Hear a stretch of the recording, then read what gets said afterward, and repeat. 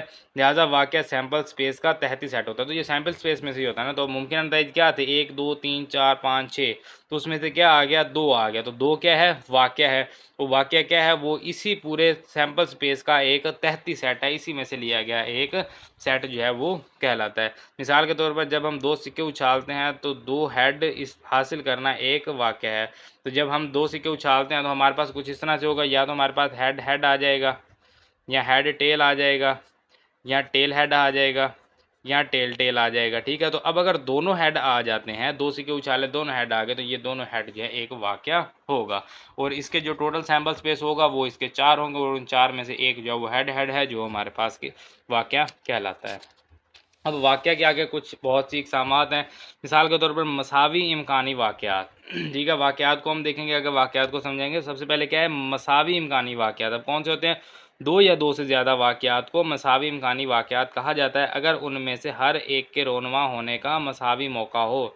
यानी कि जो भी आपके पास है, जैसे आपने मिसाल के तौर पर एक डाइस को फेंका है, तो डाइस को फेंकने पर आपके पास मसावी इम्कान है कि 1 आए, 2 आए, 3 आए, 4 आए, 5 आए या 6, तो सभी के मसावी इम्कान है, सभी में से कोई भी आ सकता है। ऐसा नहीं आप कह सकते कि भाई 2 के आने के ज़्यादा इम्कान है, 1 के कम इम्कान है, नहीं भी सब के मसावी इम्कान है, कोई भी आ सकता है। तो वो क्या होगा, मसावी इम्कानी वाक़यात। यकीनी वाक़यात, एक तजर्बा में दो वाक़या, वो वाक़या जो यकीनी तौर पर रोनुमा होता है उसे यकीनी वाक़या कहा जाता है।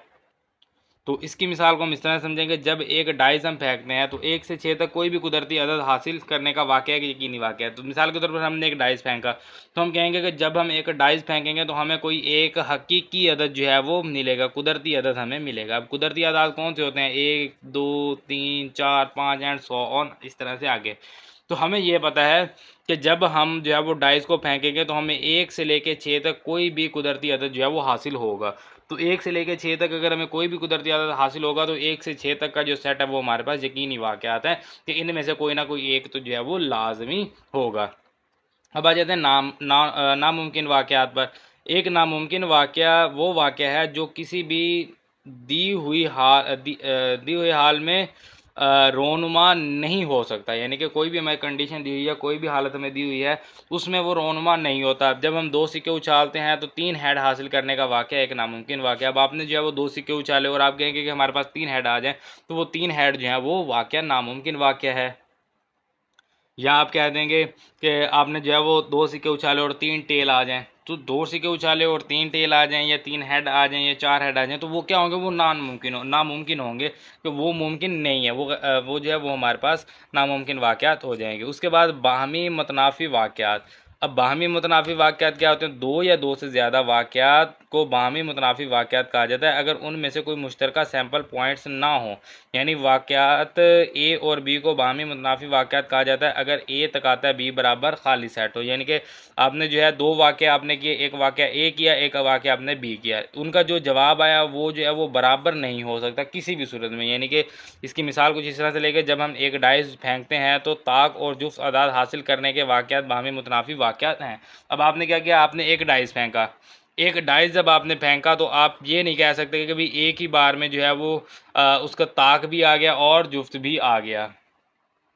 यानी कि अब डाइस में ताक क्या क्या होता है, 1, 3, 5 और जुफ्त क्या होता है, 2, 4, 6। तो अब आपके पास या तो ताक आएगा, 1 आएगा, या 3 आएगा, या 5, या 2, या 4, या 6। ऐसा नहीं है कि आपके पास एक ताक भी आ जाए और इसके साथ जुफ्त भी आ जाए। आप कहेंगे भाई हमने एक डाइस फेंका और हमें एक ताक अदद मिला, एक जुफ्त अदद मिला, तो ऐसा तो नहीं है ना। एक डाइस जब फेंकेंगे तो एक ही अदद मिलेगा, या वो ताक होगा या जुफ्त होगा। तो वो फिर हमारे पास वाक़या क्या कहलाएगा, बाहमी मुतनाफ़िया वाक़यात, मुतनाफ़ी वाक़या कहलाएगा। उसके बाद आ जाते जामिया वाक़यात। वाक़यात के उस मजमुआ को जिनका यूनियन पूरा सैम्पल स्पेस हो जामिया वाक़यात कहा जाता है। यानी कि अपने जो है वो एक वाक़या जो है वो आपके पास, यहाँ पर हम मिसाल के साथ समझ लेते हैं। जब हम एक सिक्का 2 बार उछालते हैं तो 2 हेड से सिर्फ एक हेड और कोई हेड नहीं हासिल करने के वाक़यात जामिया वाक़यात हैं। अब इसको ना हम एक और छोटी सी मिसाल के साथ समझते हैं। अब देखें, हम अगर सिक्का उछालते हैं तो हमें क्या क्या मिल सकता है, या तो हमें मिलेगा हेड हेड, ठीक है, यहाँ में मिलेगा हेड टेल, यहाँ में मिलेगा टेल हेड, और यहाँ में मिलेगा टेल टेल, ठीक है। तो जब हम सिक्का उछालते हैं तो हमारे पास क्या हो सकता है, हमारे पास या तो हो गए 2 हेड्स, ये आ जाएगा, या होगा सिर्फ एक हेड, या ये हेड आ गया, या ये हेड आ गया, यहाँ कोई हेड नहीं यानी कि ये आ गया, ठीक है।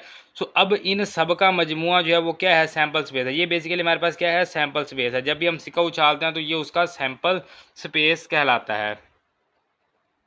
अभी हम सैम्पल स्पेस की तारीफ जो है वो आगे करेंगे, अभी वहाँ से जो है वो आपको इसकी मज़ीद अच्छी तरह से जो है वो समझ आ जाएगी। लेकिन अभी हम यहाँ पर बताते हैं कि जितने भी वाक़े जो हमारे पास हो सकते हैं, जैसे कि हमने यहाँ पर बात की सैम्पल स्पेस की, हमने तारीफ़ की कि वो वाक़या जो रोनुमा हो सकते हैं वो क्या होते हैं, हमारे पास सैम्पल स्पेस कहलाते हैं, ठीक है। तो जब हमने 2 सिक्के उछाले तो या तो हमारे पास हेड हेड आएगा, या हेड टेल आएगा, या टेल हेड आएगा, या दोनों के ऊपर टेल आएगा।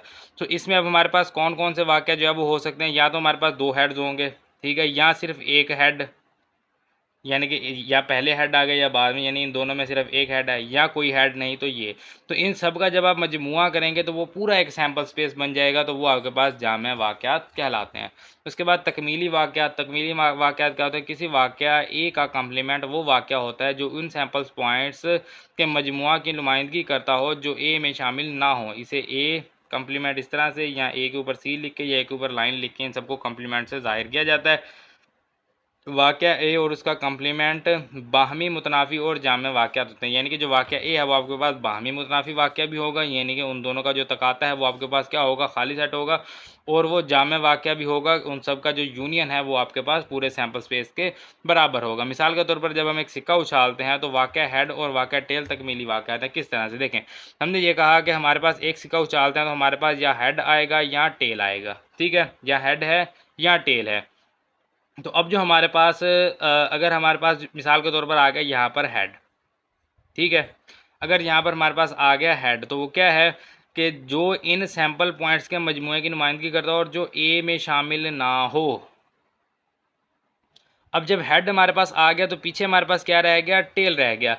तो हेड जो है वो इधर शामिल नहीं है और टेल जो है वो इधर शामिल नहीं है, यानी कि अगर एक सिक्का है आपके पास, अगर सीधा आ गया तो वो सिर्फ हेड है, ठीक है, वो ए में शामिल नहीं है। और अगर आपके पास जो है वो टेल आ गया है, या हम इसको ऐसा करते हैं, मेरे पास यहाँ पर सिक्का तो नहीं है, चलें एक रबड़ है, इसकी मदद से हम समझ लेते हैं। मिसाल के तौर पर आप फ़र्ज़ करें कि ये सिक्का है, ये है इसका हेड, ठीक है, और ये है इसका टेल। अब तकमीली वाक़या क्या होता है? अब हमारे पास क्या आया? यानी कि हमारे पास आ गया हेड, ठीक है। अब असल में ये हमारे पास क्या है? हेड है, और हेड का जो तकमीली वाक़या क्या होगा? वो होगा टेल। वो टेल क्यों होगा? क्योंकि जो हमारे पास आया है आंसर, इसमें टेल शामिल नहीं है।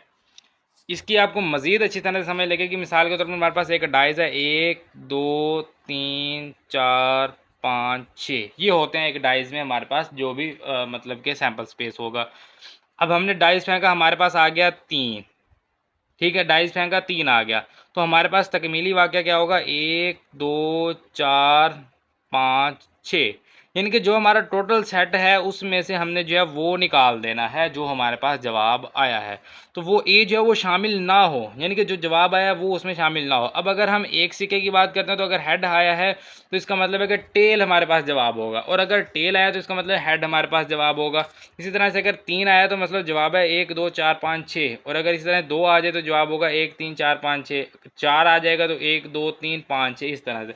तो वो वाक़या जो आपके पास जवाब में नहीं आए, पहले हमने जितनी भी बात की हमने कहा कि जो हमारे पास जवाब में आ रहा है, जो हमारे पास आ रहा है, लेकिन यहाँ पर क्या है? जो नहीं आ रहा, ई में शामिल ना हो, यानी वो जो नहीं आ रहा वो हमारे पास क्या कहलाता है? वो हमारे पास यहाँ पर तकमीली वाक़यात कहलाता है। और बाहमी मुतनाफ़ी वाक़यात में हमने कहा था कि 3 का और इसका जब आप तकाता लेंगे, यानी जो जवाब आया ये जवाब आया और इसके अलावा जो दूसरा है हमारे पास, इन दोनों का जब आप तकाता लेंगे तो वो क्या होगा? खाली सेट होगा। देखें, तकाता इन दोनों का लें, कोई भी नहीं मिल रहा तो खाली सेट होगा। और जामे वाक़या में हमने कहा कि क्या कहा कि दोनों का यूनियन जो है वो सैम्पल स्पेस के बराबर होगा। दोनों का यूनियन लें 3, और इन सबको जब आप यूनियन लेंगे तो वो एक सैम्पल स्पेस के बराबर होगा। तो ये कहता है कि दोनों का जो तकाता है वो खाली सेट होगा। ये कहता है दोनों का सैम्पल स्पेस जो है वो दोनों का जो यूनियन है वो सैम्पल स्पेस होगा। और ये कहता है कि इसमें दोनों का तकाता भी खाली सेट होता है और यूनियन भी सैम्पल स्पेस के बराबर होता है। तो ये तकमीली वाक़या कहलाता है। अब आ जाते हैं जी हम यहाँ पर, एक यहाँ पर यह बताया गया है, अगर कोई वाक़या सिर्फ एक नतीजा पर मुश्तमिल हो तो उसे इब्तदाई वाक़या कहा जाता है। कोई भी वाक़या जिसका सिर्फ एक नतीजा आ जाए, इब्तदाई वाक़या। मुश्तरका वाक़यात क्या होते हैं? अभी वाक़यात जो हैं वो ख़त्म नहीं हुए, अभी वाक़यात चल रहे हैं। मुश्तरका वाक़यात, मुश्तरका वाक़या जिसे मुरक्कब वाक़या भी कहा जाता है, एक ऐसा वाक़या है जो 2 या 2 से ज़्यादा सादा वाक़यात पर मुश्तमिल होता है। याद रहेगा, सादा वाक़या वो वाक़या जिसमें सैम्पल स्पेस का सिर्फ एक नुक्ता शामिल हो, यानी कि आपके पास जैसे आपने जो है वो एक डाइस फेंका तो उसमें से आपने जो है वो एक कोई भी आ जाएगा ना, एक जवाब आ जाएगा कोई भी, तो वो जो भी एक जवाब होगा वो आपके पास एक जो है वो सादा वाक़या कहलाता है। तो मुश्तरका वाक़या क्या होता है? मुश्तरका वाक़या जिसे मुरक्कब वाक़या भी कहा जाता है, एक ऐसा वाक़या जो 2 या 2 से ज़्यादा सादा वाक़यात पर मुश्तमिल होता है। तो सादा वाक़या पहले हमारे पास कितना जवाब आ रहा था? एक ही आ रहा था, लेकिन अब क्या है? 2 या 2 से ज़्यादा जवाब आ रहे हैं, 2 से ज़्यादा सादा वाक़यात आ रहे हैं, तो फिर हमारे पास क्या होगा? मुश्तरका वाक़यात कहलाते हैं। मिसाल के तौर पर एक सिक्के को आप 2 बार उछालते हैं तो कम से कम एक हेड हासिल करना मुश्तरका वाक़या है। तो अगर आप 2 बार उछालते हैं तो आपके पास अगर कम से कम एक हेड आता है तो उसको आप कहेंगे कि ये मुश्तरका वाक़या है। इस तरह से मुश्तरका वाक़यात की कुछ इक़साम है। सबसे पहले आज़ाद वाक़यात। 2 या 2 से ज़्यादा वाक़यात को आज़ाद कहा जाता है अगर एक का नतीजा दूसरे के नतीजे पर असरअंदाज ना हो। यानी कि आपने एक जो है वो आपके पास एक जवाब आया, फिर आपने दोबारा जो है फिर किया तो फिर भी आपके पास जो है वो पहले वाला उसके ऊपर असरअंदाज ना हो। मिसाल के तौर पर एक सिक्के का मुतअद्दिद बार उछालना, हर बार उछालना दूसरे से आज़ाद होता है। मिसाल के तौर पर आपने एक सिक्का उछाला, ठीक है, पहले आपके पास आ गया टेल, आपने लिख लिया कि पहले आया टेल, फिर आपने दोबारा उछाला, अब जो पहले आया है क्या वो इसके ऊपर असरअंदाज होगा? नहीं होगा। दोबारा मिसाल के तौर पर हेड आ गया, फिर आपने लिख लिया हेड, फिर आप दोबारा उछालेंगे, फिर क्या आएगा मिसाल के तौर पर टेल आ गया, फिर आप टेल लिख लें। तो जितनी बार भी आप उछालेंगे वो एक नया उछालना होगा, उससे उसको पिछले जो आपने पहले जो सिक्का उछाला है या आपने डाइस उछाला है उसको उससे कोई फ़र्क नहीं पड़ता। ठीक है, अब आ जाते हैं मुनहसिर वाक़यात के ऊपर। मुनहसिर वाक़यात क्या होते हैं? 2 या 2 से ज़्यादा वाक़यात को मुनहसिर वाक़यात कहा जाता है अगर एक का नतीजा दूसरे के नतीजे पर असरअंदाज होता है। यानी कि अब आपने एक नतीजा पहले निकाल लिया, अब जब आप दूसरा नतीजा निकालेंगे तो वो उसके ऊपर असरअंदाज होगा। अब मिसाल क्या है जी? मिसाल के तौर पर वापस रखे बग़ैर ताश की गुड्डी से पत्ते निकालना।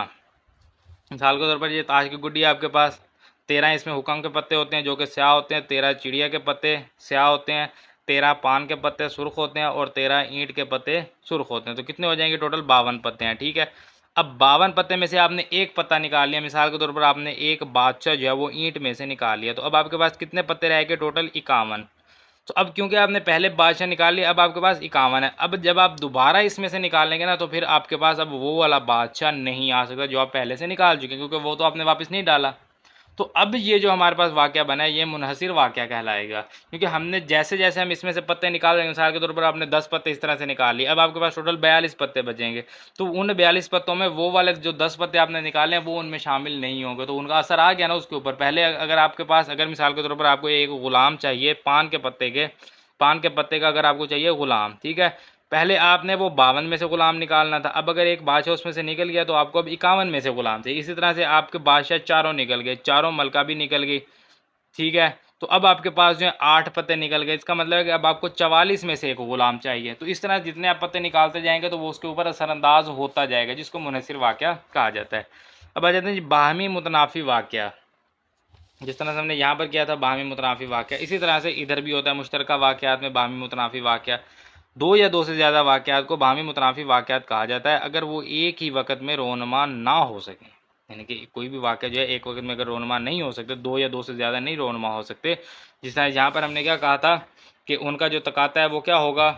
सिफ़र होगा, खाली सेट होगा। तो यहाँ पर क्या है कि वो एक ही वक्त में रोनुमा नहीं हो सकते, यानी वो तकाता जो है वो क्या होगा? सिफ़र होगा।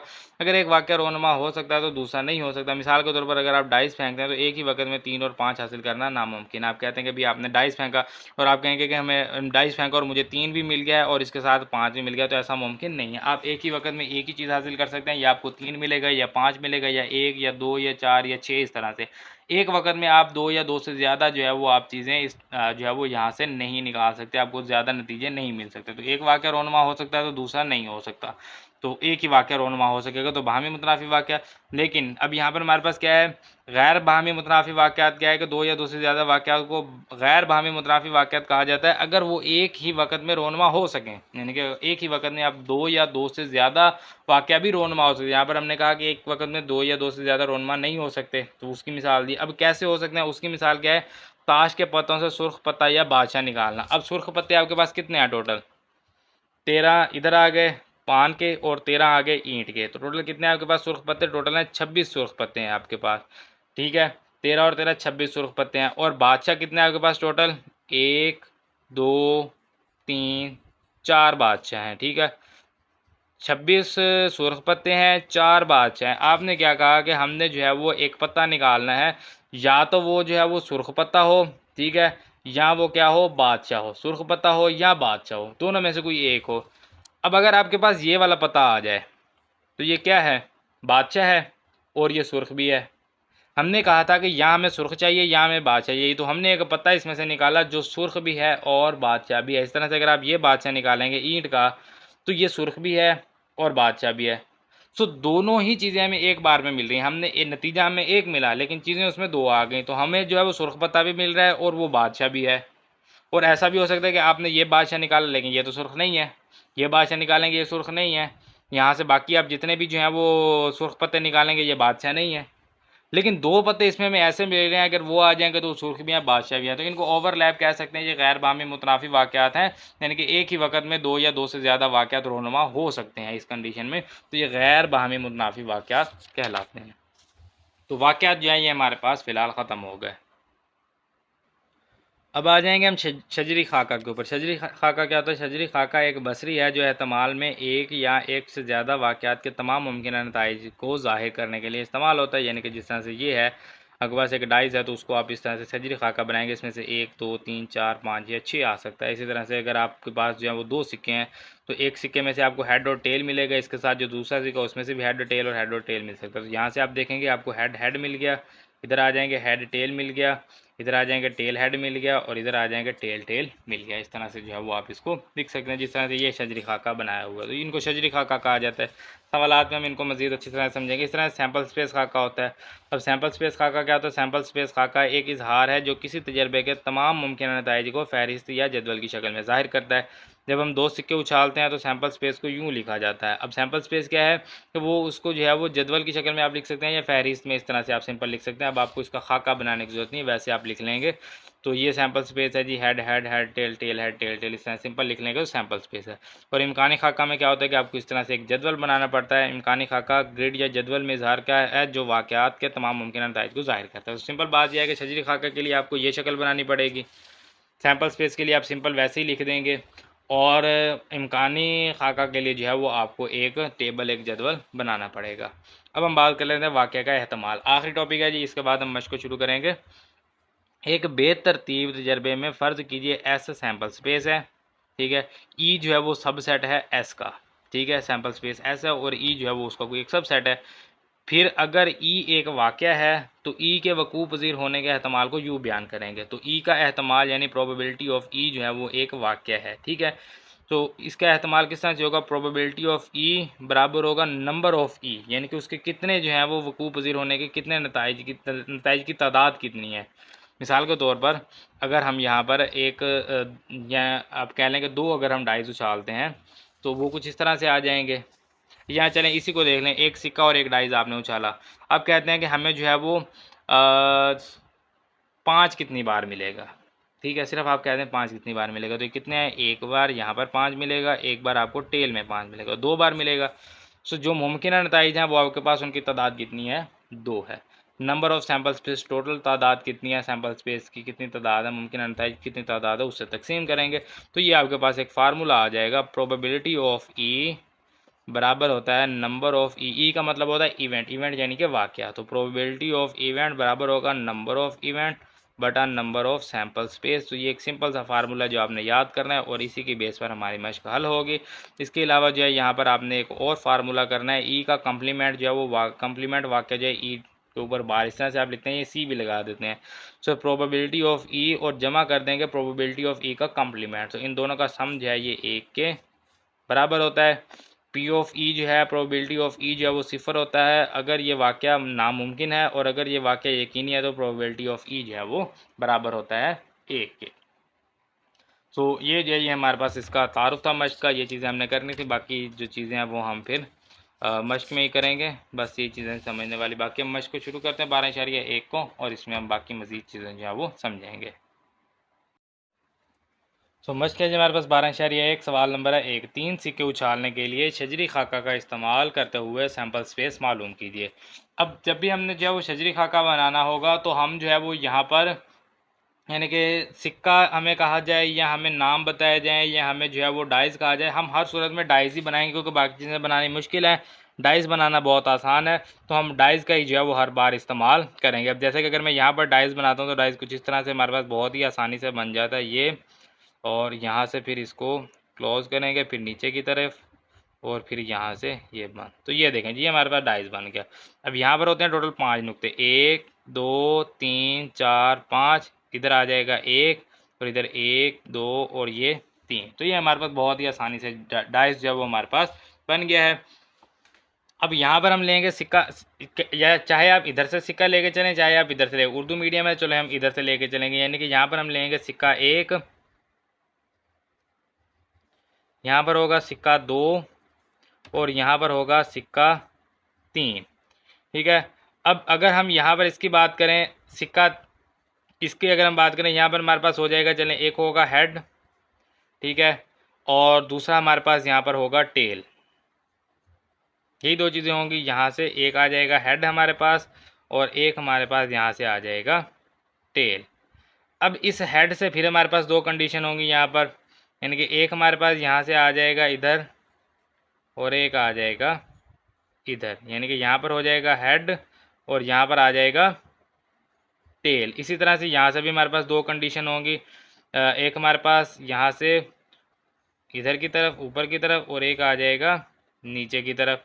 तो यहाँ पर भी एक हेड होगा एक टेल होगा। अभी ये हमारे पास दो सिक्के हुए, एक और सिक्का है, तो यहाँ से फिर से हमारे पास दो कंडीशन बनेगी। एक कंडीशन इधर होगी यहाँ पर, यानी कि यहाँ से फिर हमें एक हेड मिलेगा एक टेल। इस तरह से यहाँ से भी दो कंडीशन होंगी, एक हेड मिलेगा एक टेल।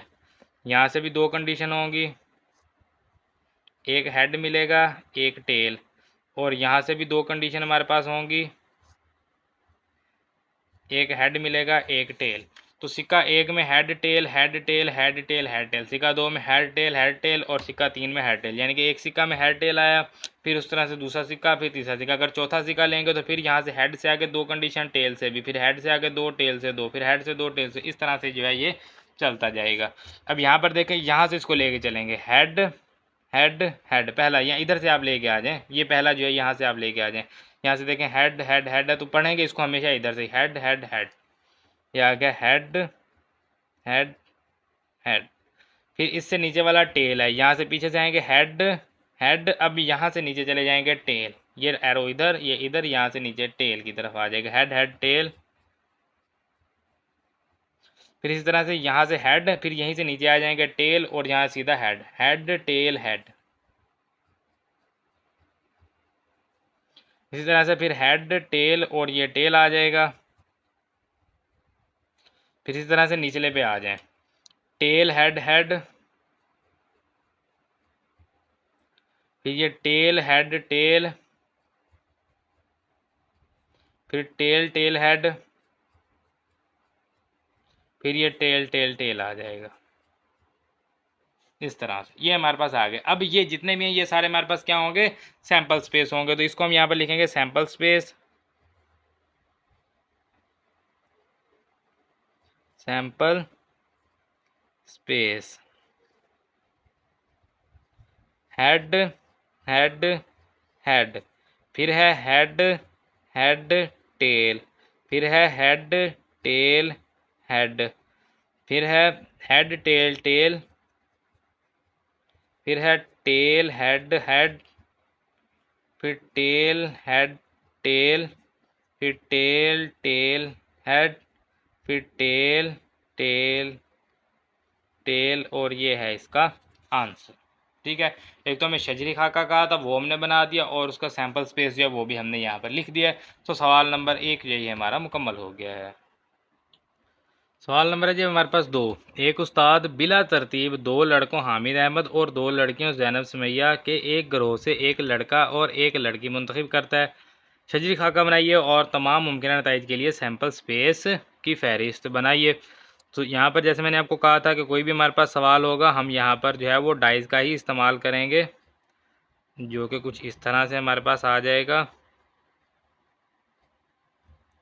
यहाँ पर 5, यहाँ पर होगा 1 और इधर आ जाएंगे 3। तो ये हमारे पास एक डाइस आ गया। अब यहाँ पर देखें लड़के और यहाँ पर होंगी लड़कियाँ। ठीक है, अब यहाँ से इधर जाएंगे और यहाँ से हम नीचे की तरफ आएंगे कुछ इस तरह से। अब लड़के कौन कौन से हैं, एक है हामिद और दूसरा कौन सा है, अहमद। अब हामिद से फिर आगे दो लड़कियां, यानी कि यहाँ जाएंगे इधर और इधर। इसी तरह से अहमद से भी आगे दो लड़कियां, एक इधर और एक इधर। हामिद से आगे दो लड़कियां कौन सी हैं, ज़ैनब और सुमैया। हामिद के साथ या तो ज़ैनब होगी यहाँ सुमैया होगी। इसी तरह से अहमद के साथ या तो ज़ैनब होगी या सुमैया। ठीक है, तो ये हमारे पास है। अब यहाँ पर जो इसका ग्रुप बना वो होगा हामिद, ज़ैनब,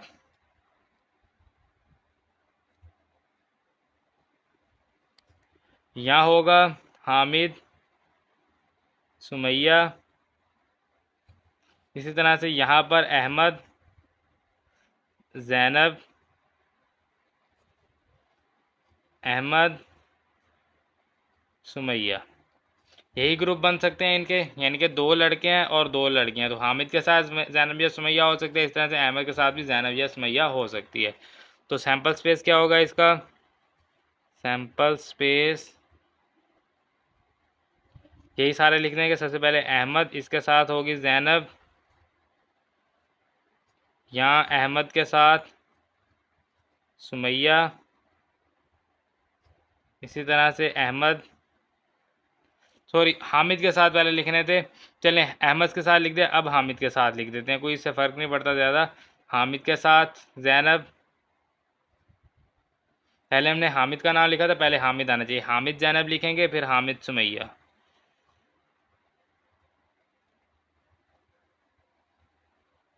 ठीक है, तो मैंने गलती से पहले अहमद ज़ैनब अहमद सुमैया लिख लिया। आप पहले लिख लेंगे हामिद ज़ैनब हामिद सुमैया, फिर अहमद ज़ैनब अहमद सुमैया। तो अहमद ज़ैनब अहमद सुमैया, हामिद ज़ैनब हामिद सुमैया।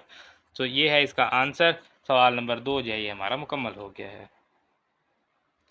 तो सवाल नंबर है जब हमारे पास 3, अगर एक बिला तरतीब तजर्बा का एक वाक़या ए है जबकि P of A ratio P of A complement बराबर 17:15 और नंबर ऑफ़ सैम्पल स्पेस बराबर है 640, तो मालूम कीजिए नंबर ऑफ़ ए कम्प्लीमेंट और नंबर ऑफ़ ए जो है ये हमने प्रोबेबिलिटी ऑफ ए कम्प्लीमेंट और नंबर ऑफ़ ए जो है ये हमने मालूम करना है। सबसे पहले हमारे पास जो दिया गया है P of A ratio P of A complement बराबर है 17:15। तो रेशो को ख़त्म करेंगे, तकसीम में लेके जाएंगे, पी ऑफ ए बटा पी ऑफ ए कम्प्लीमेंट आ जाएगा बराबर 17/15। हम जानते हैं हमने क्या फार्मूला किया था, हमने कहा था पी ऑफ ए जमा पी ऑफ ए कम्प्लीमेंट बराबर होगा 1। ये लास्ट फार्मूला हमने किया, सबसे एंड में यही फार्मूला हमने किया था। ठीक है, इन दोनों का जो सम है वो कितना होता है? 1 होता है।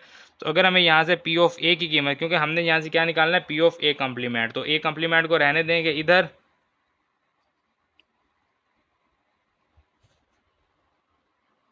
नहीं सॉरी पी ऑफ ए को इधर रहने देंगे, कम्प्लीमेंट को हम दूसरी तरफ ले जाएंगे, क्योंकि यहाँ पर जो है हमने पी ऑफ ए को ख़त्म करना है ना, उसकी जगह कम्प्लीमेंट हमने लाना है। तो पी ऑफ ए कम्प्लीमेंट जो है वो इधर आ जाएगा, प्लस था इधर आगे हो गया माइनस।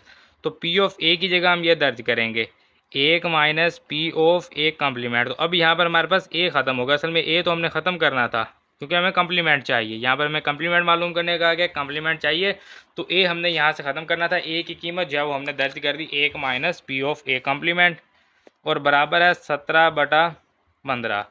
ये 15 तकसीम है, इधर आएगा ज़रब हो जाएगा into 1 minus P of A complement बराबर 17 पी ऑफ ए कम्प्लीमेंट। तो 15 को ज़रब करेंगे, 15 ज़रब 1 15 minus 15 P of A complement बराबर 17 into P of A complement. ये माइनस है, इधर आएगा जमा हो जाएगा 15 बराबर 17 पी ऑफ ए कम्प्लीमेंट जमा 15 पी ऑफ ए कम्प्लीमेंट। 17 जमा 15 करें कितना हो जाएगा? 32। 15 बराबर है 32 पी ऑफ ए कम्प्लीमेंट। 32 तक ज़रा भाई इधर आएगा, तकसीम हो जाएगा 15/32 बराबर पी ऑफ ए कम्प्लीमेंट। या आप इसको लिख सकते हैं पी ऑफ ए कम्प्लीमेंट बराबर है 15/32। तो पी ऑफ ए कम्प्लीमेंट जो है ये हमने मालूम कर लिया, एक चीज़ हमने मालूम कर ली, ये है इसका आंसर। अब दूसरी चीज़ हमें क्या कही गई है? नंबर ऑफ़ ए जो है वो हमें कहा गया है, तो हम यहाँ पर दोबारा से वही लिखेंगे। हम जानते हैं पी ऑफ ए जमा पी ऑफ ए कम्प्लीमेंट बराबर है 1 के, ये हम जानते हैं। ठीक है, तो यहाँ पर हमारे पास पी ऑफ ए अगर हमें चाहिए होगा तो ये बराबर होगा 1 minus P of A complement के। क्योंकि इसका जवाब हमारे पास मौजूद है। तो जो जवाब हमारे पास है उसको हम यहाँ पर पुट करेंगे, 1 माइनस 15/32। तो 32 ज़रब 1 32, 32 में से माइनस कर देंगे 15, तो ये कितना हो जाएगा 17, 17/32 हो जाएगा। पी ऑफ ए बराबर है 17/32। इसको आप यहाँ पर लिख सकते हैं 32, इसका एलसीएम आ गया 32 ज़रब 1 32 माइनस 15, इस तरह से 32 माइनस 15 ये कितना हो जाएगा 17, 17/32। हम जानते हैं P of A, probability of A किसके बराबर होता है, नंबर ऑफ ए बटा नंबर ऑफ सैम्पल स्पेस। ये हमने फार्मूला किया था सेकंड लास्ट, यानी कि लास्ट से पहले जो है वो हमने यही फार्मूला किया था। फ़र्क सिर्फ इतना है कि वहाँ पर हमारे पास ई था, पी ऑफ ई, तो हमने एन ऑफ ई रखा था। इस तरह से पी ऑफ ए है तो एन ऑफ ए आ जाएगा। सो पी ऑफ ए की जगह नंबर ऑफ ए बटा नंबर ऑफ सैम्पल स्पेस बराबर आ जाएगा 17/32। नंबर ऑफ़ ए हमें चाहिए, एन ऑफ ए हमें कहा गया है मालूम करने का, और एन ऑफ एस जो है वो 640 ऑलरेडी दिया गया है। सो एन ऑफ ए बराबर 17/32 ज़रब एन ऑफ एस। तो नंबर ऑफ़ ए बराबर आ जाएगा 17/32 ज़रब 640। नंबर ऑफ़ ए बराबर आ जाएगा 640 को तकसीम करेंगे 32 पे, कैलकुलेटर का इस्तेमाल कर लेते हैं इसके लिए। 640 तकसीम 32, तो ये आ जाएगा 20। 17 ज़रब 20, फिर 17 को ज़रब करेंगे 20 से, तो ये हमारे पास आ गया 340। नंबर ऑफ़ ए बराबर आ गया 340। तो ये हमारे पास नंबर ऑफ़ ए आ गया इसका आंसर, और इसके अलावा जो है ये हमारे पास प्रोबेबिलिटी ऑफ़ ए का आंसर आ गया। तो नंबर ऑफ़ ए और प्रोबेबिलिटी ऑफ़ ए हमने मालूम करना था, दोनों चीज़ें हमने मालूम कर ली। सवाल नंबर 3 मुकम्मल हो गया। तो सवाल नंबर है जी 4, एक सिक्के को 3 बार फेंका गया, लगातार 2 टेल आने का एहतमाल क्या है। हमने लगातार जो 2 टेल आने उनका एहतमाल हमने बताना है। सबसे पहले तो हमें सैम्पल स्पेस का पता होना चाहिए, जिसको हम एस कहते हैं। सैम्पल स्पेस हमारे पास ये आ सकता है कि सिक्कों को पहले फेंका, हेड आया, फिर हेड आया, फिर हेड आया, ठीक है। फिर ऐसा हो सकता है कि पहले बार तो हेड आया, दूसरी बार भी हेड आया, लेकिन तीसरी बार टेल आ गया। ये सॉरी यहाँ पर कॉमा नहीं लगना, हेड हेड टेल, यहाँ पर कॉमा आएगा, ठीक है। या ऐसा हो सकता है कि पहले हेड आया, फिर टेल आया, फिर हेड आया, ठीक है। तो ये हमने कर लिए यानी कि 2 हेड वाले। अब हम कर लेते हैं कि 2 टेल यानी कि आ जाएं अगर हमारे पास। तो हेड यानी कि पहली बार तो हेड ही हमने रखा, ठीक है। पहले हमने दूसरी बार हेड रखा था, ठीक है, फिर टेल कर दिया। अब हम क्या करते हैं कि पहले हमारे पास हेड है, फिर टेल, फिर टेल। अब हम टेल से शुरू कर लेते हैं, यानी कि टेल हेड हेड, और इसी तरह से हमारे पास टेल हेड टेल आ जाएगा, टेल टेल हेड आ जाएगा, और लास्ट में टेल टेल टेल आ जाएगा। तो बात वही आ जाएगी जो हमारे पास 3 सिक्के उछालने की है या एक सिक्के को 3 बार उछालने की, तो ये वाले सारे आ जाएंगे। हमने अभी यहाँ पर भी इसको समझा था, head head head, head head tail, head tail head, head tail tail, फिर tail head head, tail head tail, tail tail head, और टेल टेल टेल। तो इस तरह से टोटल 8 होने चाहिए, 1 2 3 4 5 6 7 8, ठीक है। ये हमारे पास आ सकते हैं। तब हम यहाँ पर लिखते हैं नंबर ऑफ़ एस, यानी नंबर ऑफ़ सैम्पल स्पेस कितने हैं, 8 हैं। फ़र्ज़ किया ए लगातार 2 टेल आने का वाक़या है, 2 टेल आने का वाक़या है। तो सैम्पल स्पेस ये जो है इसी तरह से वाक़या भी इसी तरह से होगा, यानी कि हम इसको कह देते हैं ए हमारे पास क्या है, 2 टेल लगातार। यहाँ पर 2 हेड है, यहाँ पर भी 2 हेड, ये हेड टेल हेड है, ये आ गए 2 टेल लगातार। तो हम इसको लिखेंगे हेड टेल टेल, 2 टेल लगातार हैं। इसी तरह से यहाँ पर भी 2 टेल लगातार हैं, टेल टेल हेड। यहाँ पर 3 टेल लगातार हैं, ये नहीं आएगा, हमें सिर्फ 2 का कहा गया, कम से कम 2 नहीं कहा, सिर्फ 2 का है। तो 2 है तो 2 वाले आएंगे, फिर 3 वाले भी नहीं आएंगे। अगर हमें कहा जाता कम से कम 2, तो फिर 3 वाले भी हम इसमें शामिल कर लेते। तो ये आ गया, इसका मतलब है नंबर ऑफ़ ए जो है ये हमारे पास कितने आए, 1 और 2। अब जो हमारे पास प्रोबेबिलिटी है यानी एहतमाल है ए का, ठीक है, एक हमने क्या कहा, लगातार 2 टेल आने का वाक़या है। तो प्रोबेबिलिटी जो है, एहतमाल जो है वो ए का किसके बराबर होगा, नंबर ऑफ़ ए बटा नंबर ऑफ़ सैम्पल स्पेस। तो नंबर ऑफ ए कितना है 2 बटा नंबर ऑफ सैम्पल स्पेस है 8, तो ये कितना हो जाएगा 1/4, 1/4 जो ये इसका आंसर है। सवाल नंबर 4 मुकम्मल हो गया। सवाल नंबर है जब हमारे पास 5 एक डाइस और एक सिक्का को एक साथ उछाला गया, इम्कानी खाका बनाकर सैम्पल स्पेस मालूम कीजिए। अब इम्कानी खाका बनाना है। इम्कानी खाका कुछ इस तरह से होता है। अब यहाँ पर देखें, आपने इधर जो है वो आपने क्या रखना है, एक सिक्का और एक डाइस है, तो यहाँ पर होगा सिक्का और इधर आ जाएगा डाइस। अब डाइस पे क्या होता है 1 2 3 4 5 6 और सिक्के में क्या होता है हेड और टेल। अब ये एक है ना, तो यहाँ पर लिखेंगे 1, इधर भी लिखेंगे 1, इसी तरह से यहाँ पर लिखेंगे 2, इधर भी 2, फिर यहाँ पर 3, इधर भी 3, ये 4, इधर भी 4, इसी तरह से यहाँ पर 5, इधर भी 5 और यहाँ पर 6 होगा तो इधर भी 6 होगा। ये हेड है, यहाँ पर नीचे सारे हेड आ जाएंगे।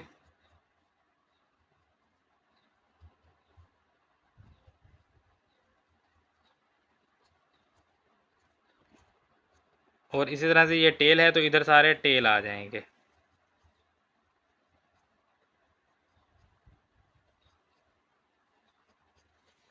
सो ये हमारे पास इम्कानी खाका बन गया। जुज़ नंबर 1 इसका मुकम्मल हो गया। सो इसी सवाल का जुज़ नंबर 2 है शजरी खाका के ज़रिए सैम्पल स्पेस मालूम कीजिए। पहले हमने यहाँ पर जो सैम्पल स्पेस मालूम किया वो इम्कानी खाका बनाकर किया। ये सारा सैम्पल स्पेस है, ठीक है, ये हमारे पास आ गया। अब यही सैम्पल स्पेस तो यही होगा, लेकिन अब हमने किसकी मदद से मालूम करना है, एक डाइस और एक सिक्के का, वो हमने मालूम करना है शजरी खाका बनाकर। तो शजरी खाका के लिए मैंने आपको कहा था कि हमने सिंपल जो है यहाँ पर एक डाइस जो है वो बना लेना है।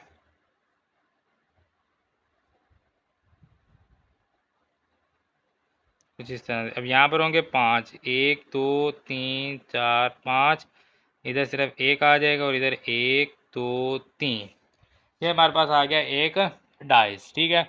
अब यहाँ से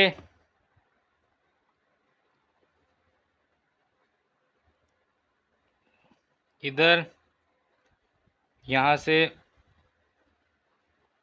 इधर,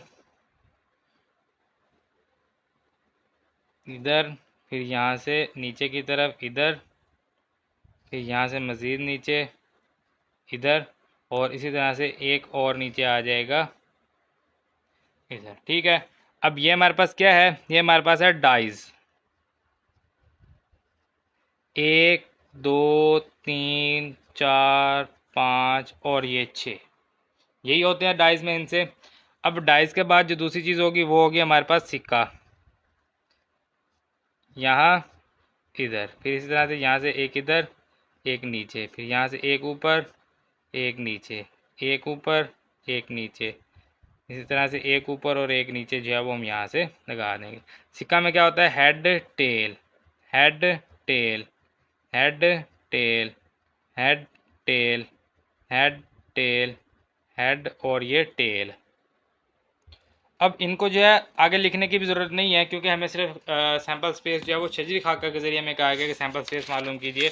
जिस तरह यहाँ पर हमें कहा गया था इम्कानी खाका बनाकर सैम्पल स्पेस, तो ये इम्कानी खाका के ज़रिए सैम्पल स्पेस है ये सारा, और ये सारा जो है शजरी खाका के ज़रिए सैम्पल स्पेस है। बाकी अगर आप लिखना चाहेंगे तो ये 1H 1T 2H 2T 3H 3T 4H 4T 5H 5T 6H 6T, इस तरह से आप लिख सकते हैं, उसकी ज़रूरत नहीं है। ये जुज़ नंबर 2 जो है ये हमारा मुकम्मल हो गया है। जुज़ नंबर है जी हमारे पास 3, एक टेल और एक जुफ्त अदद आने का एहतमाल क्या है। तो हम यहाँ पर लिखेंगे फ़र्ज़ किया ए लिख लें, बी लिख लें, सी लिख लें, कोई भी नाम दे दें। ए एक टेल और एक जुफ्त अदद आने का वाक़या है, ठीक है। इसको हमने एहतमाल नहीं अभी लिखना, वाक़या लिखना, वाक़या, क्योंकि अभी हमने एहतमाल तो मालूम करना है। तो वाक़या इसमें क्या है, फिर ये हमारे पास ए बराबर आ जाएगा टेल और जुफ्त अदद, यानी कि 2 पर टेल आ जाएगा, इसी तरह से 4 पर टेल आ जाएगा और फिर 6 पर टेल आ जाएगा, यानी कि एक टेल और एक जुफ्त अदद, तो ये हमारे पास आ जाएंगे। इसके अलावा कोई भी हमारे पास नहीं बनता। सो नंबर ऑफ़ ए जो है ये हमारे पास कितने आ गए, नंबर ऑफ़ ए है हमारे पास 3, और नंबर ऑफ़ सैम्पल स्पेस हमारे पास टोटल कितने हैं वो यहाँ से देखेंगे, 1 2 3 4 5 6 7 8 9 10 11 12। तो number of sample space total है 12, ये आ जाएगा बराबर 12। सो हम जानते हैं प्रोबेबिलिटी ऑफ ए यानी एहतमाल ऑफ ए बराबर होगा नंबर ऑफ ए बटा number of sample space. So probability of A बराबर होगा नंबर ऑफ ए 3 बटा नंबर ऑफ सैम्पल स्पेस 12, तो ये 1/4 हो जाएगा। 1/4 जो ये है इसका आंसर, और ये जुज़ नंबर 3 हमारा मुकम्मल हुआ। इसके साथ सवाल नंबर 5 जो है ये मुकम्मल हो गया है। सवाल नंबर है जी हमारे पास 6। दो गैर जानिबदार डाइस को एक बार उछाला गया, शजरी खाका के ज़रिए सैम्पल स्पेस मालूम कीजिए। तो यहाँ पर सबसे पहले हम जो है वो एक डाइस यहाँ पर बना लेंगे कुछ इस तरह से।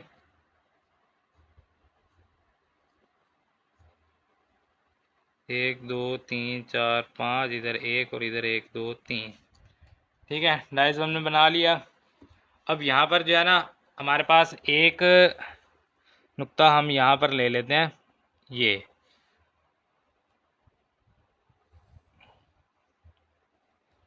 हमें जो है 2 डाइस का कहा गया है, तो फिर कुछ इस तरह से हमें इसको जो है वो लेके चलना पड़ेगा।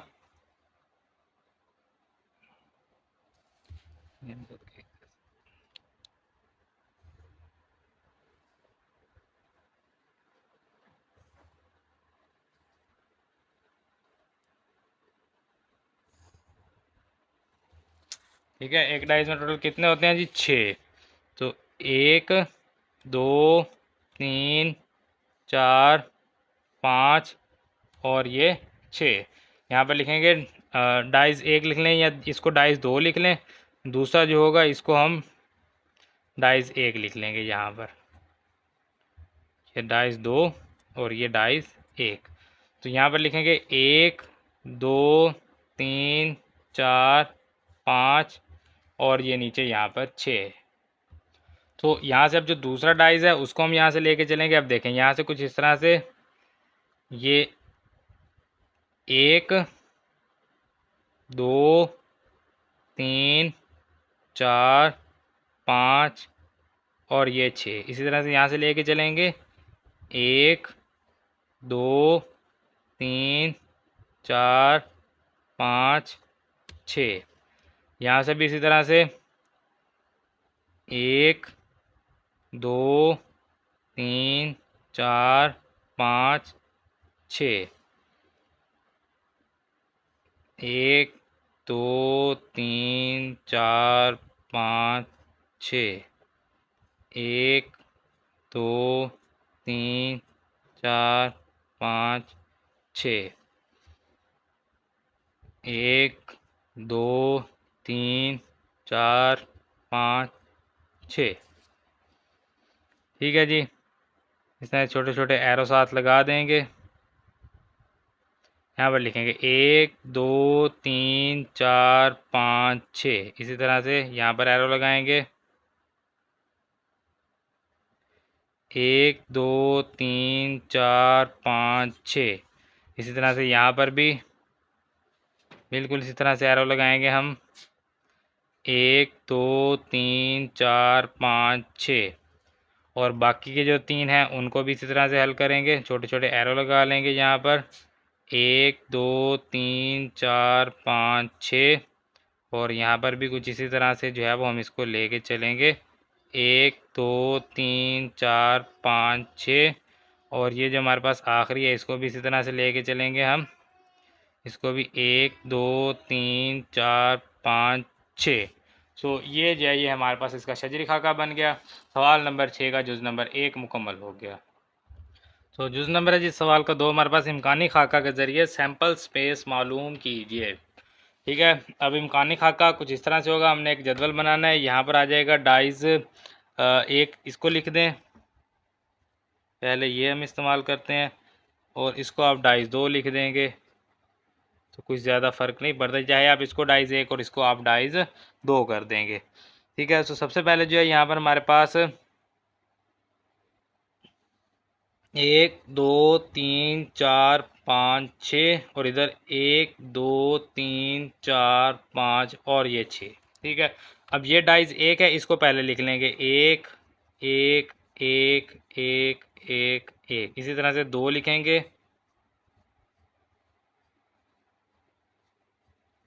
इसी तरह से 3,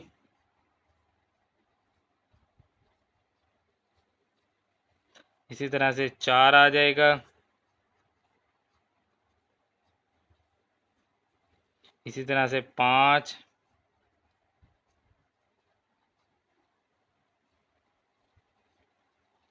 और आखिरी 6 भी इसी तरह से आ जाएगा।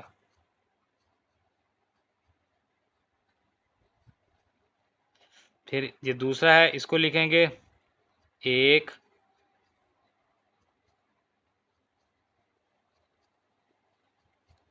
फिर यहाँ पर 2,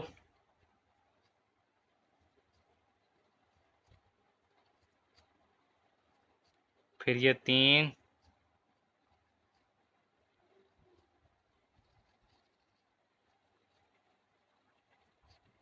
फिर यहाँ पर 4,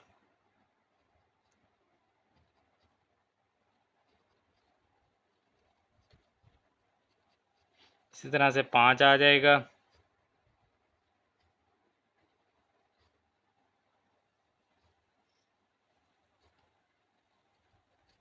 और ये आखिरी 6 भी इसी तरह से आप लिख देंगे।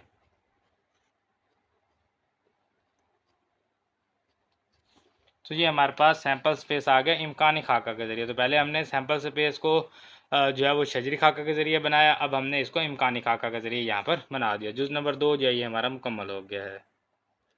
तो जुज़ नंबर है जब हमारे पास 3, दर्ज झेल हासिल करने का एहतमाल मालूम कीजिए। अब हमने एहतमाल मालूम करना है। ए है इसका दोनों डाइस पर एक ही अदद हो, पार्ट आके दिए हुए हैं, तो दोनों डाइस पर एक ही अदद हो, हम यहाँ पर लिखेंगे फ़र्ज़ किया ए दोनों डाइस पर एक ही अदद आने का वाक़या है। तो ए हमारे पास यहाँ पर आ जाएगा। क्या कौन कौन से आ सकते हैं हमारे पास दोनों डाइस पर एक ही अदद? एक तो हमारे पास 1 1 आ सकता है, इसी तरह से 2 2 आ सकता है, इस तरह से 3 3 आ सकता है, 4 4 आ सकता है, 5 5 आ सकता है, और 6 6 आ सकता है। तो हम यहाँ पर लिखेंगे नंबर ऑफ़ ए जो है ये हमारे पास कितना है, 1 2 3 4 5 6, और नंबर ऑफ़ सैम्पल स्पेस हमारे पास कितना है? जो हमने सैम्पल स्पेस निकाले हैं उनको हम देख लेंगे यहाँ से, 1 2 3 4 5 6, और इधर भी 6 6 ज़रब 6 यानी कि टोटल ये कितने 36 हैं। गिन लेंगे आप तब भी आपको 36 ही मिलेंगे। 36 हम जानते हैं प्रोबेबिलिटी ऑफ ए जो है यानी एहतमाल ऑफ ए जो है बराबर होगा नंबर ऑफ़ ए बटा नंबर ऑफ़ सैम्पल स्पेस। तो प्रोबेबिलिटी ऑफ ए बराबर नंबर ऑफ़ ए 6 है बटा नंबर ऑफ़ सैम्पल स्पेस 36। तो 6 को 36 पे तकसीम करेंगे, 1 बटा 6, यह इसका आंसर ए जूस जो है ये कंप्लीट हो गया। तो जूस नंबर है जी बी, इनका हासिल ज़रब एक मुफरिद अदद हो। तो हम यहाँ पर लिखेंगे फ़र्ज़ किया, पहले को हमने ए कहा तो इसको हम बी कह देते हैं। बी दोनों आदाद के हासिल ज़रब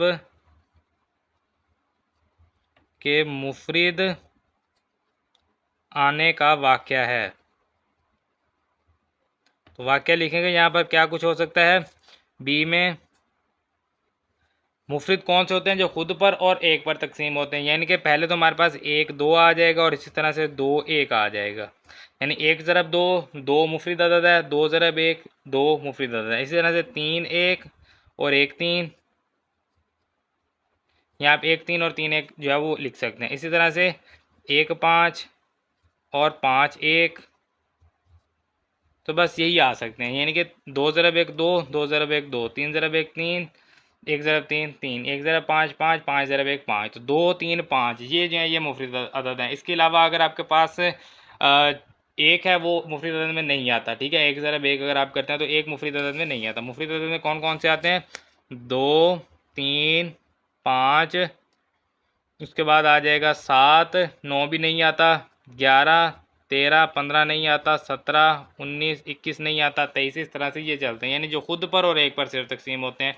तो यहाँ पर इसके अलावा हमारे पास 2 3 5 के अलावा कोई हमारे पास बनता नहीं, यानी 7 नहीं बनता हमारे पास किसी भी तरह से, जो है हमारे पास 11 भी नहीं बनता और 13 भी नहीं बनता। तो जो बनते थे वो हमने यहाँ पर लिख लिए हैं। अब नंबर ऑफ़ बी कितने हैं जी टोटल? 1 2 3 4 5 6, इनको आप जो है ना यहाँ से भी आप देख सकते हैं, यानी कि यहाँ से आप देख लें कौन कौन से हैं जिनको ज़रब करने से आपको जो है मुफीद अदद मिलेगा। तो अगर आप दिमाग से खुद निकाल लेंगे तो वो ज़्यादा आसान रहेगा। जैसे अभी मैंने निकाल लिया, क्योंकि हमें पता है 2, 3 और 5 ही हमें सिर्फ मिल सकते हैं, 2 ज़रब 1, 3 ज़रब 1 और 5 ज़रब 1, तो बस इसके अलावा कोई नहीं मिलेगा। Number of sample space total कितने हैं? 36 हैं। पहले भी हमने इसके ऊपर बात की। हम जानते हैं प्रोबेबिलिटी ऑफ बी जो है ये बराबर होगी नंबर ऑफ बी बटा number of sample space. So probability of B बराबर है, नंबर ऑफ बी 6 है, नंबर ऑफ सैम्पल स्पेस 36, 6 बटा 36 जो है 1 बटा 6 हो जाएगा। 6 पे तकसीम करेंगे 1 बटा 6, 1 बटा 6 इसका आंसर है। जुज़ नंबर बी जो है ये भी मुकम्मल हो गया। तो जुज़ नंबर है जी सी, मजमुआ एक जुफ्त अदद हो। तो हम यहाँ पर लिखेंगे फ़र्ज़ किया, इसको सी का नाम दे दें, सी दोनों आदाद का मजमुआ जुफ्त अदद आने का वाक़या है। अब यहाँ पर देखें जुफ्त अदद कब आ सकता है? जब दोनों ताक होंगे या दोनों जुफ्त होंगे। दोनों ताक को जमा करेंगे जुफ्त आएगा, दोनों जुफ्त को जमा करेंगे जुफ्त आएगा। एक ताक एक जुफ्त आप नहीं लिख सकते। जैसा कि यहाँ पर सबसे पहले अगर हम एक को लेके चलते हैं, यानी कि एक, क्योंकि एक ताक अदद है तो एक के साथ एक आ जाएगा, एक के साथ 3 आ जाएगा, एक के साथ 5 आ जाएगा, ठीक है।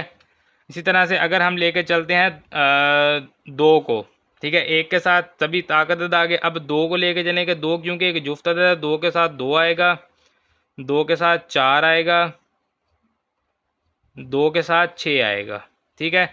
एक ताक था तो उसके साथ हमने ताक लिखे, 2 जुफ्त था उसके साथ जुफ्त लिखे। फिर हम लेके चलेंगे 3 को, क्योंकि 3 एक ताक है तो 3 के साथ 1 आएगा, 3 के साथ 3 आएगा और 3 के साथ 5 आएगा। इसी तरह से 4 को लेके चलेंगे तो 4 के साथ 2 होगा, 4 के साथ 6 होगा, सॉरी 4 के साथ पहले 4 होगा, 4 के साथ 4 और फिर 4 के साथ 6। फिर 5 एक ताक अदद है उसके साथ ताक आएंगे, 5 के साथ 1, 5 के साथ 3 और 5 के साथ 5। फिर आखिरी 6 को लेके चलेंगे, 6 जुफ्त है तो उसके साथ सारे जुफ्त आएंगे, यानी 6 के साथ 2 आ जाएगा, 6 के साथ 4 आएगा और 6 के साथ 6 आएगा। तो इस तरह से एक तरतीब से लेके चलेंगे तो हमारे लिए काफ़ी आसानी हो जाएगी। तो ताक अदद लेंगे उसके साथ सारे ताक लिखेंगे, जुफ्त अदद होगा तो उसके साथ सारे जुफ्त लिखेंगे। तो ये हमारे पास आ गया। अब नंबर ऑफ सी जो है ये हमारे पास कितने हैं? 1 2 3 4 5 6 7 8 9 10 11 12 13 14 15 16 17 18 और नंबर ऑफ सैम्पल स्पेस कितना है? 36। हम जानते हैं प्रोबेबिलिटी ऑफ सी जो है ये बराबर होगी नंबर ऑफ सी बटा number of sample space. Number of C कितना है? 18 बटा 36। तो 18 बटा 36 कितना हो जाएगा? 1 बटा 2। तो ये है इसका आंसर, जुज़ नंबर सी मुकम्मल हो गया। तो जुज़ नंबर है जी डी, आखिरी जुज़ है मजमुआ 13। तो हम लिखेंगे फ़र्ज़ किया डी दोनों आदाद का मजमुआ 13 आने का वाक़या है। तो डी क्या आ जाएगा हमारे पास? दोनों का मजमुआ आप देखें 1 जमा 1 2 है।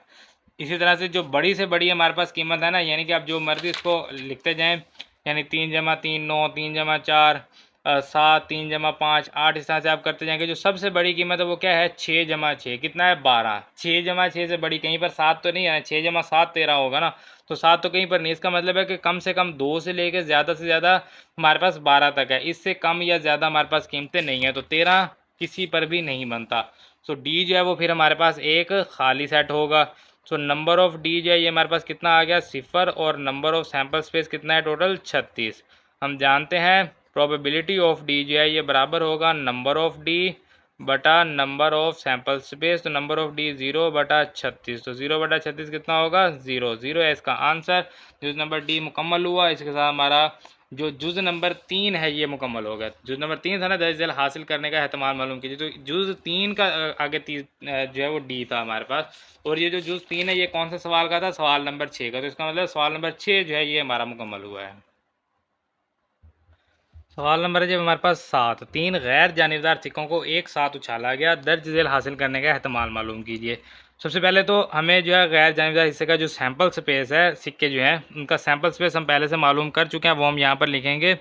एस बराबर है, पहले सबसे पहले हेड हेड हेड होगा, फिर ये हेड आखिरी हटा देंगे, इसकी जगह टेल आ जाएगा। ठीक है, फिर यहाँ पर हेड टेल हेड, और फिर ये हेड टेल टेल, 4 हो गए। अब टेल से शुरू करेंगे, टेल हेड हेड, फिर ये टेल हेड टेल, इसी तरह से टेल टेल हेड आ जाएगा, और टेल टेल हेड आने के बाद टेल टेल टेल आ जाएगा। गिन लेंगे टोटल कितने हैं, 1 2 3 4 5 6 7 8। इसका मतलब नंबर ऑफ सैंपल स्पेस जो है ये हमारे पास है 8। और अगर ये आपको ना समझ आए कि किस तरह से हमने निकालने हैं, तो ये हमने यहाँ पर निकाले हुए हैं, यहाँ से आप इसको देख लेंगे, ये सारे निकले हुए हैं, यही है हमारे पास दोबारा जो हमने यहाँ पर लिखे हैं सवाल नंबर 1 में।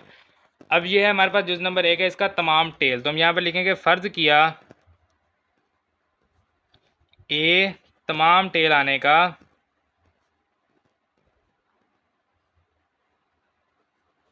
वाक़या है।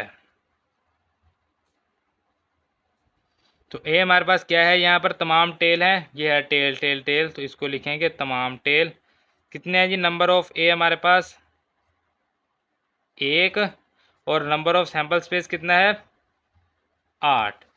हम जानते हैं प्रोबेबिलिटी ऑफ ए जो है ये बराबर होगी नंबर ऑफ ए बटा नंबर ऑफ सैंपल स्पेस। तो नंबर ऑफ ए है 1 और नंबर ऑफ सैंपल स्पेस है 8, तो 1/8 जो है ये है इसका आंसर, और ये हमारा जुज़ नंबर 1 जो है ये मुकम्मल हो गया है। तो जुज़ नंबर है जी 2 कम अज़ कम एक हेड, तो हम यहाँ पर लिखेंगे फ़र्ज़ किया बी कम अज़ कम एक हेड आने का वाक़या है। तो बी लिखेंगे हम यहाँ पर, ये आखिरी है जिसमें सारे टेल हैं, बाकी सब में कम अज़ कम एक हेड है। कम अज़ कम एक का है, एक भी हो सकते हैं, 2 भी हो सकते हैं, 3 भी हो सकते हैं, तो लास्ट के अलावा सब लिख लेंगे। जैसे हेड हेड हेड आ जाएगा, पहले हेड हेड टेल आ जाएगा, हेड टेल हेड आ जाएगा, हेड टेल टेल आ जाएगा, tell head head, tail head tell, और आखिरी है टेल टेल हेड। ठीक है, इससे आगे जो है वो हमारे पास टेल टेल टेल है, वो हमें नहीं चाहिए। 1 2 3 4 5 6 7, नंबर ऑफ बी जो है ये हमारे पास कितना आया 7, नंबर ऑफ सैंपल स्पेस कितना है टोटल 8। हम जानते हैं प्रोबेबिलिटी ऑफ बी जो है ये बराबर होगा नंबर ऑफ बी बटा नंबर ऑफ सैंपल स्पेस। तो नंबर ऑफ बी है 7 बटा नंबर ऑफ सैंपल स्पेस है 8, 7/8 इसका आंसर जुज़ नंबर 2 मुकम्मल हो गया। तो जुज़ नंबर है जी 3 ज़्यादा से ज़्यादा 2 टेल, तो हम यहाँ पर लिखेंगे फ़र्ज़ किया ए बी लिख लिया, इसको हम कह देंगे सी ज़्यादा से ज़्यादा 2 टेल आने का वाक़या है। ठीक है, तो सी बराबर आ जाएगा हमारे पास। अब पिछले सवाल में और इस सवाल में कोई फ़र्क नहीं है। पिछले जुज़ में हमें ये कहा था कि कम अज़ कम एक हेड, ठीक है, कम अज़ कम एक हेड हो जाए, या ज़्यादा से ज़्यादा 2 टेल, एक ही बात, क्योंकि ज़्यादा से ज़्यादा 2 टेल होंगे तो इसका मतलब है कम अज़ कम एक हेड होगा, तो वही आ जाएगा। अब कम अज़ कम सिर्फ 0 टेल भी हो सकता है, 1 टेल भी हो सकता है, इस तरह 2 टेल भी हो सकते हैं, 3 नहीं हो सकते, ज़्यादा से ज़्यादा में 2 कहें तो यही वाले सारे दोबारा से आ जाएंगे। तो इन्हीं सब को हम यहाँ पर दोबारा से लिख लेंगे, जो कि हमारे पास आ जाएगा। सबसे पहले head head head, head head tell, उसके बाद फिर हेड टेल हेड, फिर हेड टेल टेल, फिर टेल से शुरू करेंगे, tell head head, tail head tell, फिर टेल टेल हेड,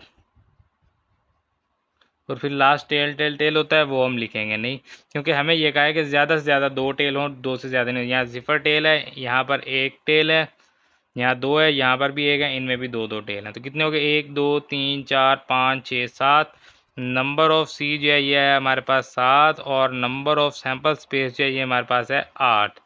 हम जानते हैं प्रोबेबिलिटी ऑफ सी जो ये बराबर होगा नंबर ऑफ सी बटा number of sample space. Number of C 7 है, सैम्पल स्पेस 8 है, 7 बटा 8 इसका आंसर जुज़ नंबर 3 मुकम्मल हो गया। जुज़ नंबर है जब हमारे पास 4 2 हेड्स, तो हम यहाँ पर लिखेंगे फ़र्द किया, सी तक कर लिया, इसको डी कह देंगे। डी 2 हेड्स आने का वाक़या है। तो डी बराबर आ जाएगा 2 हेड्स, ना कम अज़ कम ना ज़्यादा से ज़्यादा, सिर्फ 2 होने चाहिए। तो इसका मतलब है कि हेड टेल, या हो सकता है हेड टेल हेड, या हो सकता है टेल हेड हेड। तो कितने हो गए? नंबर ऑफ डी हमारे पास 1 2 3, और नंबर ऑफ सैम्पल स्पेस कितने हैं टोटल हमारे पास? 8। तो हम जानते हैं प्रोबेबिलिटी ऑफ डी बराबर होगा नंबर ऑफ डी बटा number of sample space. Number of D कितना है? 3। नंबर ऑफ सैम्पल स्पेस कितना है? 8। 3 बटा 8 तकसीम नहीं होता, यहीं पर लिख देंगे इसका आंसर जुज़ नंबर 4 मुकम्मल हो गया। तो जुज़ नंबर है जी 5, ज़्यादा से ज़्यादा 2 हेड्स। तो हम यहाँ पर लिखेंगे फ़र्ज़ किया, डी तक हो गया, ई लिख लेंगे। ई ज़्यादा से ज़्यादा 2 हेड्स आने का वाक़या है।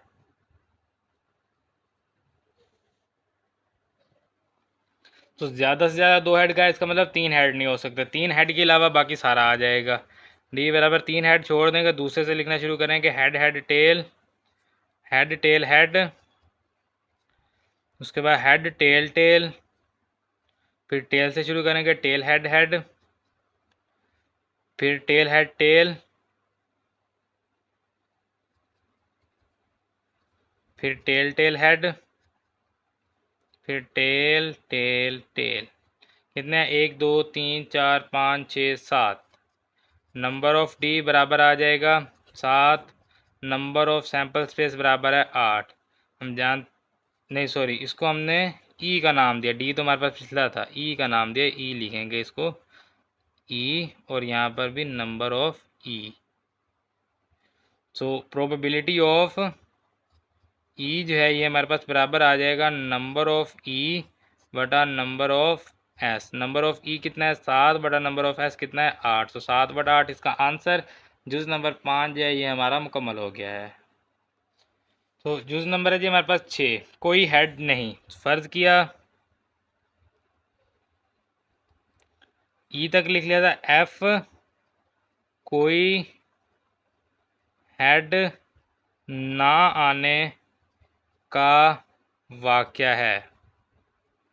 तो जब कोई हेड नहीं होगा तो फिर क्या होगा? फिर सारे ही टेल होंगे। तो सारे टेल होंगे तो टेल टेल टेल, बस यही होगा, कोई हेड इसमें नहीं होगा। सो नंबर ऑफ एफ कितने हैं? 1, और नंबर ऑफ सैम्पल स्पेस कितना है? 8। हम जानते हैं प्रोबेबिलिटी ऑफ एफ जो है ये बराबर आ जाएगा नंबर ऑफ एफ बटा नंबर ऑफ सैम्पल स्पेस। तो नंबर ऑफ एफ 1 है, नंबर ऑफ सैम्पल स्पेस है 8। सो 1 बटा 8 इसका आंसर। न्यूज़ नंबर 6 मुकम्मल हुआ। इसी के साथ सवाल नंबर 7 जो है ये हमारा मुकम्मल हो गया है। सवाल नंबर है जो हमारे पास 8, एक थैले में 4 सुर्ख गेंदें, 5 सफ़ेद गेंदें, 6 सब्ज़ गेंदें और 3 स्याह गेंदें हैं। अली थैले में से बिला तरतीब एक गेंद निकालता है। एहतमाल मालूम कीजिए कि निकाली गई गेंद क्या है? सफ़ेद है, सुर्ख है, सफ़ेद ना हो, स्याह ना हो। ठीक है। तो अब यहाँ पर सबसे पहले हम लिखेंगे फ़र्ज़ करें, सुर्ख गेंदें बराबर नंबर ऑफ, सुर्ख कहते हैं रेड को, नंबर ऑफ आर बराबर आ जाएगा 4। इसी तरह से सफ़ेद गेंदें बराबर नंबर ऑफ वाइट बॉल्स बराबर आ जाएगा 5। इसी तरह से सब्ज़ गेंदें बराबर नंबर ऑफ ग्रीन बॉल्स बराबर आ जाएगा 6, और स्याह गेंदें बराबर आ जाएगा नंबर ऑफ ब्लैक बराबर 3। कुल गेंदें नंबर ऑफ सैंपल स्पेस बराबर आ जाएगा 4 और 5 9, 9 और 6 15 और 3 18। नंबर ऑफ सैंपल स्पेस 18 आ गया हमारे पास। अब सबसे पहले सफ़ेद हो तो प्रोबेबिलिटी ऑफ वाइट बराबर है number of white divided by number of sample space. Number of white कितनी है 5 बटा नंबर ऑफ सैंपल स्पेस 18। ये है इसका आंसर। इसी तरह से 2 पर आ जाएं। सुर्ख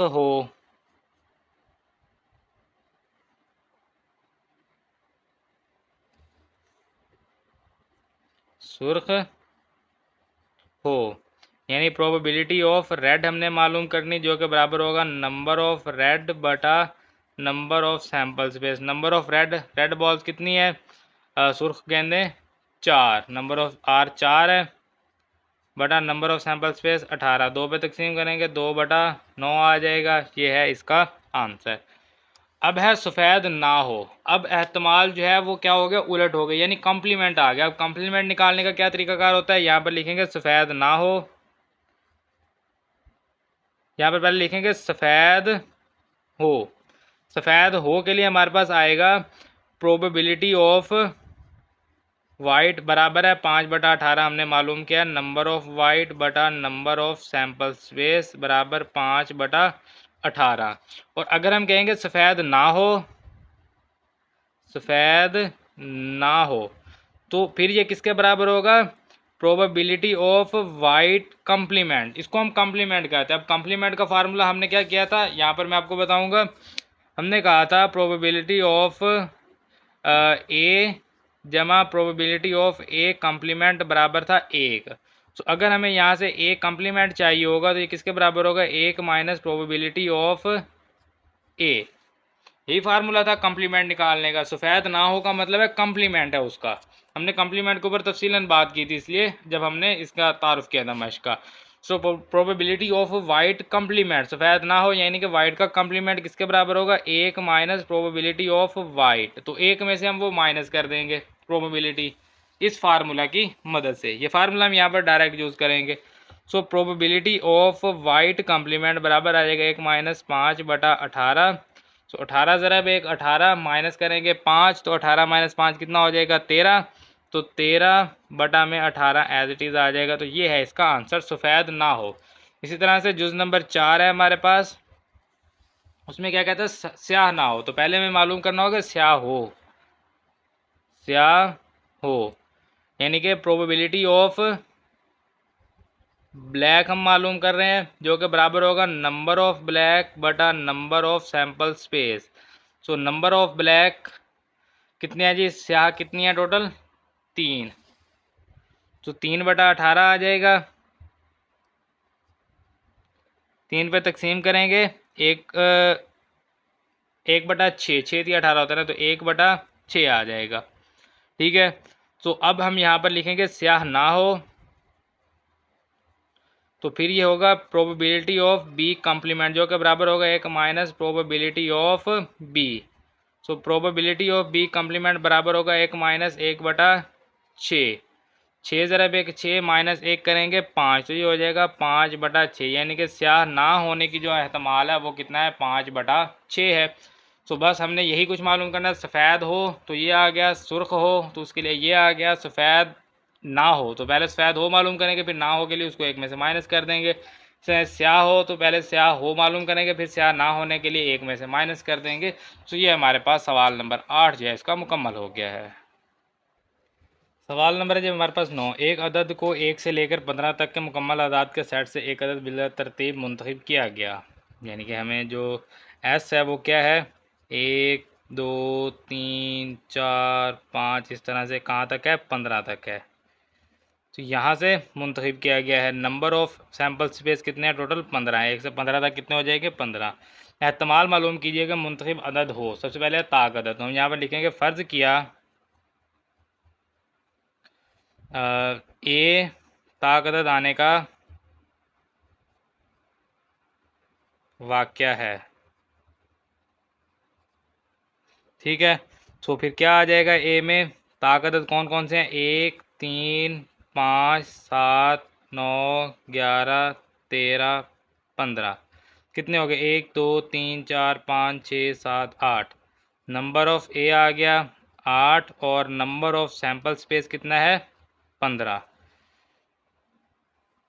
हम जानते हैं प्रोबेबिलिटी ऑफ ए बराबर होगा नंबर ऑफ़ ए बटा number of sample space. Number of a कितना है? 8 बटा नंबर ऑफ़ सैम्पल स्पेस 15।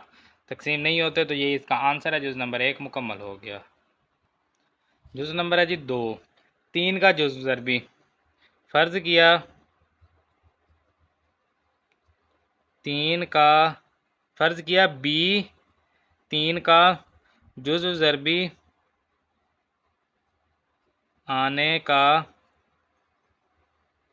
वाक़या है। तो अब यहाँ पर हमारे पास 3 के जुज़ ज़रबी कौन से होंगे? यहाँ पर बी लिखेंगे हम। सबसे पहले 3 आ जाएगा, उसके बाद 6, 9, 12, 15। नंबर ऑफ़ बी बराबर 1, 2, 3, 4, 5। नंबर ऑफ़ सैम्पल स्पेस बराबर आ जाएगा 15। हम जानते हैं प्रोबेबिलिटी ऑफ बी बराबर होगा नंबर ऑफ़ बी बटा number of sample space. Number of B 5 बटा 15 बराबर आ जाएगा 1/3। अब ये है इसका आंसर। अब अगर मैं आपको अगर चले बुक दिखा देता हूँ। यहाँ पर अगर आप देखें सवाल नंबर 9, ये देखें जुज़ नंबर 2 क्या लिखा हुआ है? 3 का जुज़ ज़रबी। मैंने क्या लिखा? 3 का जुज़ ज़रबी। लेकिन जो आपको बुक में जवाब मिलेगा वो होगा 1/5। अब वो 1/5 क्यों है? क्योंकि जो हमारे पास इंग्लिश मीडियम की बुक है ना इसकी, वहाँ पर इसका जवाब यहाँ पर सवाल दिया हुआ है 5 का जुज़ ज़रबी। तो इसका मतलब ये सवाल में गलती है। असल में ये जो सवाल है वो है 5 का जुज़ ज़रबी, तो गलती से यहाँ पर लिख दी गई है 3 का जुज़ ज़रबी। तो आप इसको भी 5 का जुज़ ज़रबी कर लेंगे। यहाँ अगर 3 का जुज़ ज़रबी किया तो उसके लिए हो गया 5 का जुज़ ज़रबी। आप दोबारा कर लें। 5 के जुज़ ज़रबी के लिए हम यहाँ पर लिखेंगे 5 का जुज़ ज़रबी है। फ़र्ज़ करें तो उसके लिए जो हमारे पास बी आ जाएगा वो कुछ इस तरह से होगा 5, 10, 15। ठीक है। सो नंबर ऑफ़ बी हमारे पास होंगे 3, नंबर ऑफ़ सैम्पल स्पेस वही होंगे 15। तो फिर बी नंबर ऑफ़ बी बटा नंबर ऑफ़ सैम्पल स्पेस करेंगे 3/15। 3/15 कितना हो जाएगा? 1/5। तो ये जवाब आ जाएगा 5 के जुज़ ज़रबी के लिए। तो 5 का जुज़ ज़रबी होगा तो ये हल आप लिखेंगे, 3 का जुज़ ज़रबी होगा तो ये हल आप लिखेंगे। अब मैंने आपको दोनों के हिसाब से करवा दी, क्योंकि वो जो इंग्लिश मीडियम की बुक है उसमें यहाँ 5 का जुज़ ज़रबी दिया हुआ है, उर्दू मीडियम की बुक में 3 का जुज़ ज़रबी दिया हुआ है, लेकिन जवाब में दोनों के यही दिया हुआ है 1/5। इसका मतलब है कि सवाल से ही 5 का जुज़ ज़रबी होगा, तो फिर आप इस तरह से इसको हल कर लेंगे। बाकी जो ये जुज़ नंबर 2 मुकम्मल हो गया। जुज़ नंबर है जी 3, 2 का मुरब्बा। तो यहाँ पर लिखेंगे फ़र्ज़ किया, बी लिखा है, सी लिख लेंगे। सी 2 का मुरब्बा आने का वाक़या है। वाक़या है। सो सी आ जाएगा बराबर 2 का मुरब्बा 4। 4 1 से 15 तक इसमें मौजूद है ना 4, ये रहा 4। तो इसका मतलब है कि 4 आ सकता है। तो 2 का मुरब्बा 4 आ जाएगा, इसके अलावा कोई भी 2 का मुरब्बा नहीं होता, तो ये 4 होगा। तो नंबर ऑफ़ सी बराबर आ गया 1, नंबर ऑफ़ सैम्पल स्पेस बराबर है 15। सो हम जानते हैं प्रोबेबिलिटी ऑफ़ सी बराबर होगा नंबर ऑफ़ सी बटा नंबर ऑफ़ सैम्पल स्पेस बराबर नंबर ऑफ़ सी। 1 बटा सैम्पल स्पेस है 15। सो 1/15 ये हमारे पास है इसका आंसर। जुज़ नंबर 3 ये हमारा मुकम्मल हो गया है। तो जुज़ नंबर है जी हमारे पास 4, मुफरद अदद। फ़र्ज़ किया सी तक किया था, इसको डी लिख देंगे। डी मुफरद अदद आने का वाक़या है।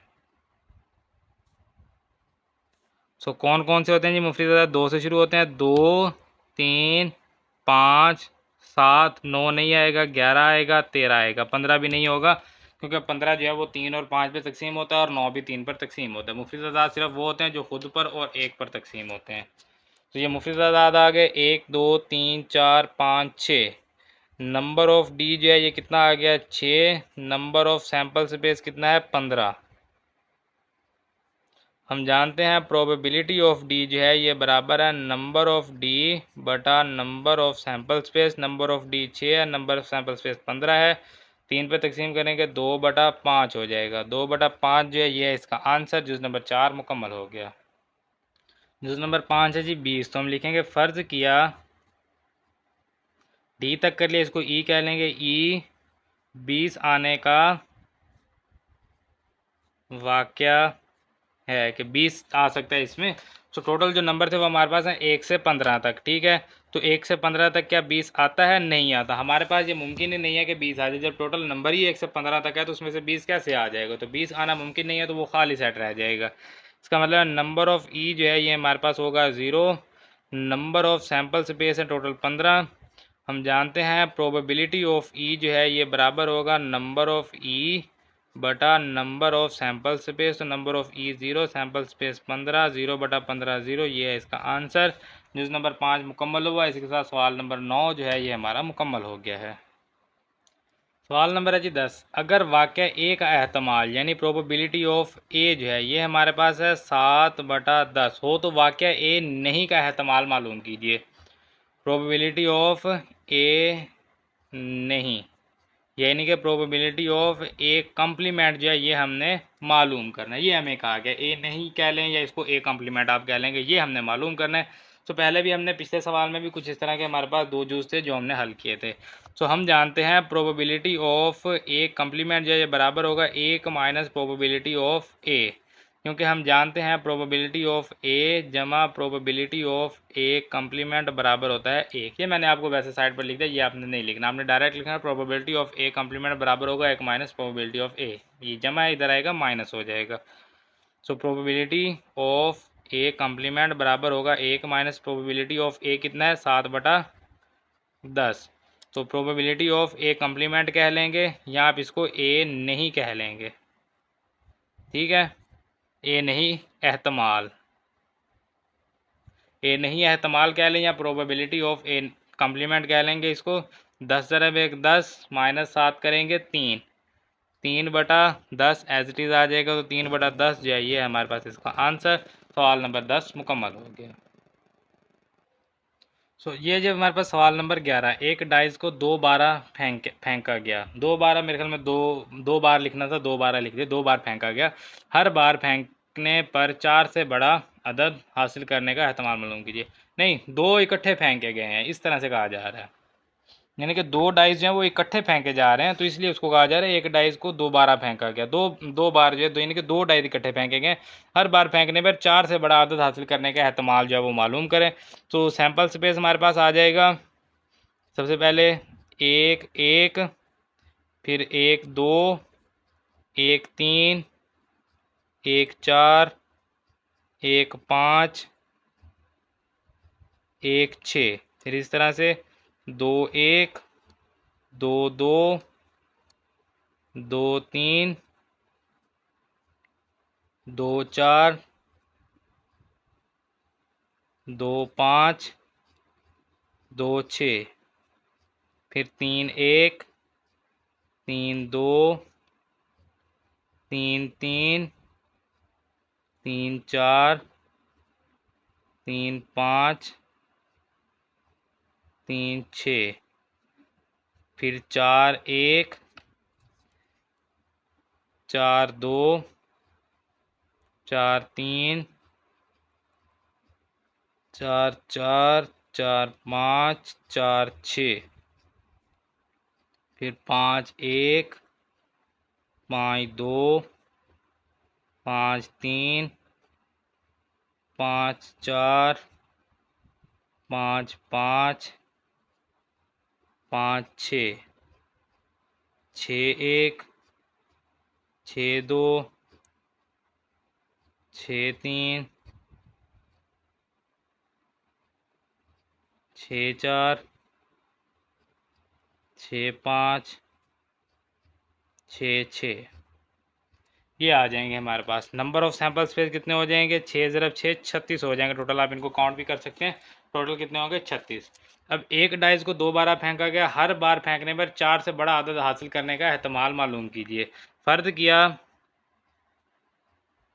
ए 4 से बड़ा अदद आने का एहतमाल है। अब दोनों में ही 4 से बड़ा अदद होना चाहिए, 4 भी जो है वो भी अलाउ नहीं है, सिर्फ 4 से बड़े अदद। जैसे कि यहाँ पर ये तो सारे 1 1, 2 2, 3 3 आ गई, ये 4 4, यहाँ तक तो 4 4 आ गए, ये तो नहीं आ सकते। उसके बाद 5 1, 5 2, 5 3, 5 4 नहीं होगा, सिर्फ 5 5 यहाँ पर आ सकता है, दोनों ही 4 से बड़े हैं। इस तरह से 5 6 आ जाएगा, फिर ये 6 1 6 2 6 3 6 4 नहीं आएगा, 6 5 और 6 6 6 5 और 6 6। ठीक है, सो नंबर ऑफ़ ए जो है ये हमारे पास कितना आ जाएगा टोटल 4। सो हम जानते हैं प्रोबेबिलिटी ऑफ ए बराबर होगा नंबर ऑफ़ ए बटा नंबर ऑफ़ सैम्पल स्पेस। तो नंबर ऑफ़ ए 4 है, नंबर ऑफ़ सैम्पल स्पेस 36 है। सो प्रोबेबिलिटी ऑफ ए 4 बटा 36 कितना हो जाएगा 1 बटा 9। तो ये है इसका आंसर। सवाल नंबर 11 जो है ये मुकम्मल हुआ। इसी के साथ हमारी मश्क 12.1 जो है ये मुकम्मल हो गई है। अब हम हमेशा की तरह इस मश्क के भी मुख्तसर और तफसीली सवालात के ऊपर बात करेंगे। इसका सबसे पहले सवाल नंबर 3 जो है ये लॉन्ग है, बाकी 1 2 शॉर्ट है, 4 5 ये शॉर्ट है। 5 इस तरह से नहीं आएगा, मतलब जिस तरह दिया हुआ है इसमें से कोई एक पूछा जाएगा या 2 पूछे जा सकते हैं, तो शॉर्ट में ही होंगे।